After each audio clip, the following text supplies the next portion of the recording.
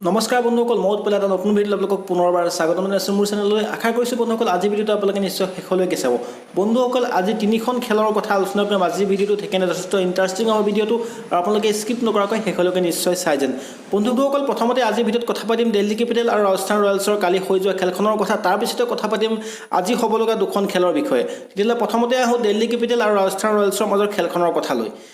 দিল্লী কেপিটেলে যোৱাকালি খেলখনত ৰাজস্থান ৰয়েলছক ৪৪ ৰানৰ এটা বৃহৎ ব্যৱধানত একপক্ষীয়ভাৱে পৰাস্ত কৰিবলৈ সক্ষম হয় খেলখনত বন্ধুসকল দিল্লী কেপিটেলৰ এইটো আছিল ৫ নম্বৰ বিজয় আৰু ৫ নম্বৰ বিজয়ৰ সৈতে তেওঁলোকে ১০ পইণ্টেৰে পইণ্টছ তালিকাৰ শীৰ্ষলৈ যাবলৈ সক্ষম হয় খেলখনত ৰাজস্থান ৰয়েলছে টছত জয়লাভ কৰি পেলাই দিল্লী কেপিটেলক বেটিং কৰাৰ আমন্ত্ৰণ জনায় আৰু সেই সিদ্ধান্ত প্ৰথম অৱস্থাত ভাল দেখা পোৱা গৈছিল কিয়নো দিল্লী কেপিটেলে খুব কম ৰানতে তেওঁলোকৰ ২-৩জন উইকেট হেৰুৱাই পেলাইছিল খেলখন আছিল কালি শাৰদা ষ্টেডিয়ামত আৰু শাৰদা ষ্টেডিয়ামখন ইমান সৰু আৰু দেখিবলৈ পাইছোঁ বিগত হৈ যোৱা খেলকেইখনত আমি প্ৰথম ইনিংছত ২০০ৰো অধিক ৰান কৰা দেখিবলৈ পাইছোঁ প্ৰত্যেকটো দলে কিন্তু কালি খেলখনত সেই ৰান কৰিবলৈ যথেষ্ট কষ্টৰ সন্মুখীন হ'ল দিল্লী কেপিটেল কিয়নো প্ৰথমতেই ৪জনকৈ বেটছমেন খুব কম ৰানতে আউট হৈ যায় দিল্লী কেপিটেলৰ তাৰপিছত তেওঁলোকৰ মধ্যক্ৰমত মাৰ্কাছ ষ্টনিছ আৰু চিমৰন হেটমায়াৰে এটা ভাল জুটি বান্ধি পেলাই দলীয় স্ক'ৰ ১৮৪লৈ লৈ যাবলৈ সক্ষম হয় আৰু চিমৰন হেটমেন আৰু মাৰ্কাছ ষ্টনিছ আউট হৈ যোৱাৰ পিছত তেওঁলোকৰ দলৰ হৈ অক্ষৰ পেটেল আৰু হৰ্ষল পেটেলে দুইজনে এটা সৰু সৰু ইনিংছ খেলে যিটো যথেষ্ট ভাল ইনিংছ খেলি পেলাই দলটোক এটা যুঁজিব পৰা স্ক'ৰলৈ লৈ যাবলৈ সক্ষম হয় প্ৰথম ইনিংছত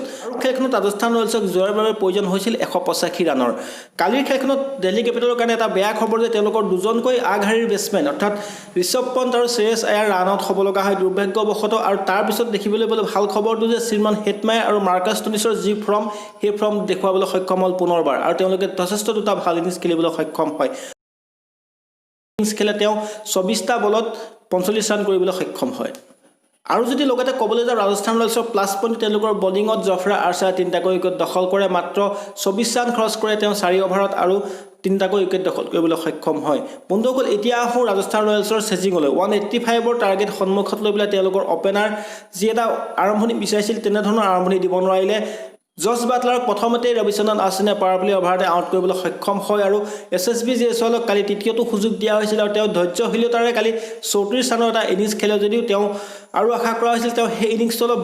বিস্ফোৰক গতিৰে খেলা হ'লে দলটোক অলপ আৰু সুবিধা হ'লহেঁতেন তাৰপিছতে চাবলৈ গ'লে সঞ্জু চেমছন আৰু ষ্টিভ স্মিথ তেওঁলোকৰ প্ৰথম দুখন খেলৰ পিছত বাকী তিনিখন খেলতে আমি দেখিবলৈ পাইছোঁ তেওঁলোকে ৰান কৰিব পৰা নাই আৰু কালি খেলখনত তেওঁলোকে যথেষ্ট ৰান কৰিব নোৱাৰিলে ৰয়েলছৰ মধ্যক্ৰমত ৰাহুল তেৱাটিয়াই ৩৮ ৰানৰ এটা ইনিংছ খেলে যদিও তেওঁলোকৰ নিৰ্ধাৰিত ২০ অভাৰৰ বেটিং কৰিব নোৱাৰিলে আৰু অল আউট হৈ যায় দিল্লী কেপিটেলৰ ওচৰত আগিছৰ ৰবাৰ্টাৰ ৩টা উইকেট মাৰ্কাছ ষ্টনিছৰ ২টা উইকেট আৰু ৰবিচন্দ্ৰন আশ্বিনৰ ২টা উইকেটৰ দ্বাৰা ৰাজস্থান ৰয়েলছক ১৩৮তে বান্ধি ৰাখিবলৈ সক্ষম হয় তেতিয়াহ'লে বন্ধুসকল এইখিনি আছিলে কালি হৈ যোৱা খেলখনৰ বিষয়ে এতিয়া আহোঁ আজি হ'ব লগা দুখন খেলৰ বিষয়ে প্ৰথমখন খেল কিংছ 11 পাঞ্জাৱ আৰু কলিকতা নাইট ৰাইডাৰ্ছৰ মাজত অনুষ্ঠিত হ'ব আৰু দ্বিতীয়খন খেল হ'ব মহেন্দ্ৰ সিং ধোনী ভাৰ্চেছ বিৰাট কোহলি অৰ্থাৎ RCB versus Chennai super Kings তেতিয়াহ'লে দুইখন খেল যথেষ্ট ভাল লাগিব চাই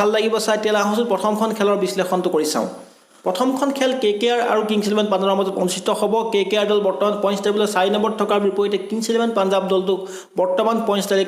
তালিকাৰ একেবাৰে শেষত অৰ্থাৎ ৮ নম্বৰত বৰ্তি আছে কিংছ 11 পাঞ্জাৱে ৬খন খেলৰ ভিতৰত মাত্ৰ এখনতে বিজয় লাভ কৰিবলৈ সক্ষম হোৱাৰ বিপৰীতে KKR ৫খন খেলৰ ভিতৰত ৩খনত জয়লাভ কৰাৰ বিপৰীতে ২খনত পৰাজয় বৰণ কৰি পেলাই ৬ পইণ্টেৰে পইণ্টছ তালিকাৰ ৪ নম্বৰত আছে দল দুটাৰ যদি প্লেইং 11ৰ কথা ক'বলৈ যাওঁ দল দুটাত প্লেইং 11ত যথেষ্ট সালসলনি দেখিবলৈ পোৱা নাযাব আজি খেলখনত আৰু কিংছ 11 পাঞ্জাৱৰ কাৰণে আজিৰ পৰা যিমানকেইখন মেচ আছে প্ৰত্যেকখন খেলতে বিজয় সাব্যস্ত কৰিব লাগিব যদিহে তেওঁলোকে প্লে অফছলৈ খেলাৰ সুযোগ পাব বিচাৰে কিংছ 11 পাঞ্জাৱৰ কাৰণে আজি অগ্নি পৰীক্ষা হ'ব কিয়নো KKR দল বৰ্তমান ফৰ্মত আছে তেওঁলোকে আগৰ খেলসমূহত বিজয় সাব্যস্ত কৰি পেলাই আজি কিংছ 11 পাঞ্জাৱকো পৰাস্ত কৰিবলৈ যথেষ্ট চেষ্টা কৰিব এতিয়া যদি চাবলৈ যাওঁ কিংছ 11 পাঞ্জাৱৰ বেটছমেনসকল সকলোখিনি ফৰ্মত থকাৰ কাৰণে যদি প্ৰথম বেটিং কৰিবলৈ সুযোগ পায় কিংছ 11 পাঞ্জাৱে এটা ডাঙৰ স্ক'ৰ থিয় কৰাবলৈ চেষ্টা কৰিব KKR ওচৰত আৰু KKRৰ বলিঙো যথেষ্ট ফৰ্মত থকাৰ কাৰণে আশা কৰিব তেওঁলোকে যদি প্ৰথম বলিং কৰিবলৈ পায় কিংছ 11 পাঞ্জাৱক এটা সৰু স্ক'ৰত বান্ধি ৰাখিবলৈ তেতিয়াহ'লে খেলখন যথেষ্ট ৰোমাঞ্চকৰ হোৱাৰ আশা আছে তেতিয়াহ'লে বন্ধুসকল চাম যে আজি খেলখনত কোনটো দলে বিজয় সাব্যস্ত কৰিব পাৰিব বৰ্তমান সময়ত যদি প্ৰেডিকশ্যনৰ কথা ক'বলৈ যাওঁ KKR দলে খেলখনত বিজয় লাভ কৰিব বুলি মই ভাবিছোঁ কিয়নো যি ফৰ্ম দেখুৱাই আহিছে KKR দলে বলিং আৰু বেটিঙত সেই ফৰ্মৰ দ্বাৰা কিংছ 11 পাঞ্জাৱক পৰাস্ত কৰিবলৈ যথেষ্ট হ'ব বুলি মই ভাবিছোঁ কিংছ 11 পাঞ্জাৱৰ হৈ পেলাই আগৰখন খেলত দেখিবলৈ পাইছিলোঁ ক্ৰিছ গেইলক খেলোৱাৰ সিদ্ধান্ত কৰা হৈছিল কিন্তু অন্তিম সময়ত তেওঁ ১০০% সুস্থ নহয় কাৰণে খেলখনত প্লেইং 11ত স্থান নাপালে কিন্তু আজি আশা কৰা হৈছে ক্ৰিছ গেইলে তেওঁলোকৰ প্লেইং 11ত স্থান লাভ কৰিব গ্লেন মেক্সৱেলৰ যি দুৰ্বল ফৰ্ম সেই দুৰ্বল ফৰ্মৰ কাৰণে গ্লেন মেক্সৱেলক প্লেইং 11ৰ পৰা বাহিৰ কৰিব আৰু ক্ৰিছ গেইলক আমি আজি কিংছ 11 পাঞ্জাৱৰ হৈ পেলাই ইনিংছ মুকলি কৰা দেখিবলৈ পাম তেন্তে বন্ধুসকল KKR আৰু কিংছ ইলেভেন পাঞ্জাৱৰ মাজত অনুষ্ঠিত হ'বলগীয়া খেলখনৰ বিশ্লেষণ এয়া আছিলে। এতিয়া আহোঁ RCB আৰু চেন্নাই ছুপাৰ কিংছৰ মাজত হ'বলগীয়া দ্বিতীয়খন খেলৰ বিশ্লেষণৰ কথালৈ। ৰয়েল চেলেঞ্জাৰ্ছ বেংগলোৰ দলটোৱে 5খন মেচত অৱতীৰ্ণ হৈছে IPL 2020 আৰু 3খনত বিজয় সাব্যস্ত কৰি পেলাই 6 পইণ্টেৰে তেওঁলোকে বৰ্তমান পইণ্টছ তালিকাৰ 5 নম্বৰত নিজৰ স্থান নিশ্চিত কৰাৰ বিপৰীতে যদি চাবলৈ যোৱা চেন্নাই ছুপাৰ কিংছে 6খন মেচ খেলিছে বৰ্তমানলৈকে আৰু 2খনত বিজয় সাব্যস্ত কৰাৰ বাবে 3খনত পৰাজয় হৈছে আৰু 4 পইণ্টেৰে তেওঁলোকৰ পইণ্টছ তালিকাত 6 নম্বৰত বৰ্তমান আছে। তেতিয়াহ'লে চেন্নাই ছুপাৰ কিংছৰ আগন্তুক 8খন খেলৰ ভিতৰত তেওঁলোকে 6খনত বিজয় সাব্যস্ত কৰিব লাগিব আৰু সেই 6খনত বিজয় সাব্যস্ত কৰিব পাৰিলেহে তেওঁলোকে প্লে-অফছলৈ স্থান নিশ্চিত কৰিব পাৰিব। কিন্তু বৰ্তমান সময়ত চেন্নাই ছুপাৰ কিংছৰ যি ফৰ্ম দেখিবলৈ পাইছোঁ দলীয় ফৰ্ম, সেই ফৰ্মৰ পৰা অনুমান কৰিব পৰা গৈছে যে আহিবলগীয়া 8খন খেলৰ ভিতৰত তেওঁলোকে 6খনত বিজয় সাব্যস্ত কৰাটো যথেষ্ট কঠিন হ'ব আৰু এই যাত্ৰা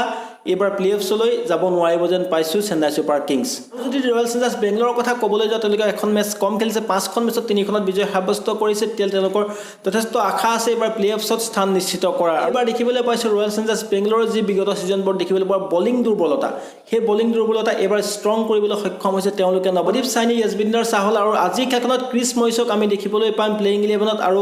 মহম্মদ সিৰাজ, এই 4জনে তেওঁলোকৰ ভাল বলিং এটা দেখুৱাবলৈ সক্ষম হৈছে আৰু যি বলিং দুৰ্বল লগা হৈছিলে সেই বলিং এইবাৰ শক্তিশালী দেখিবলৈ পোৱা গৈছে RCBৰ ফালৰ পৰা।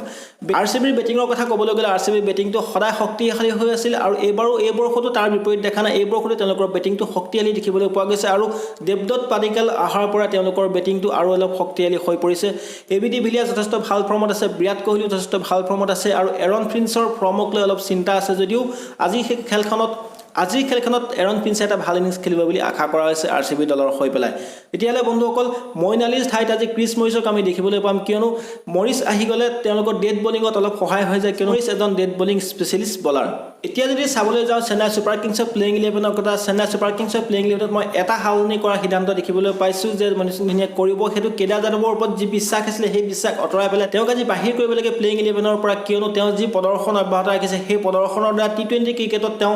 ইমান দিন যে প্লেয়িং 11ত স্থান পাই আছে সেইটো এটা প্ৰশ্ন হৈ পৰিছে। কেদাৰ যাদৱৰ ঠাইত আজি নাৰায়ণ জগদীশানক আমি প্লেয়িং 11ত দেখিবলৈ পাম আশা কৰা হৈছে। তেতিয়াহ'লে বন্ধুসকল চেন্নাই ছুপাৰ কিংছৰ হাতত বেছি অপশ্যন নাই যে তেওঁলোকে দলত বেছি সালসলনি কৰিব। তেতিয়াহ'লে ছুপাৰ কিংছৰ কাৰণে এবাৰ যথেষ্ট চিন্তাৰ বিষয় হৈ পৰিছে তেওঁলোকৰ প্লেয়িং 11টোক লৈ পেলাই আৰু তেওঁলোকৰ যি উইনিং কম্বিনেশ্যন সেই উইনিং কম্বিনেশ্যনটো বৰ্তমানো তেওঁলোকে বাছি উলিয়াব পৰা নাই। তেতিয়াহ'লে বন্ধুসকল আজি খেলখনত RCBয়ে জয়ী হ'ব বুলি ধাৰণা কৰা হৈছে আৰু আপোনালোকে কি ভাবিব পাৰে খেলখনত কোনটো দলে বিজয় সাব্যস্ত কৰিব পাৰিব। তেতিয়াহ'লে বন্ধুসকল ইমানখিনি আছিলে এই 3খন খেলৰ আজি বিৱৰণ দাঙি ধৰিলোঁ আপোনালোকৰ ওচৰত। তেতিয়াহ'লে যদি ভাল লাগিলে লাইক কৰিব, শ্বেয়াৰ কৰিব আৰু যদি চেনেলত নতুনকৈ আহিছে ছাবস্ক্ৰাইব কৰিবলৈ নাপাহৰিব চেনেলটো। নতুন এটা ভিডিঅ'ত লগ পোৱাৰ প্ৰতিশ্ৰুতিৰে বৰ্তমান ভিডিঅ'টো সামৰিছোঁ। ধন্যবাদ।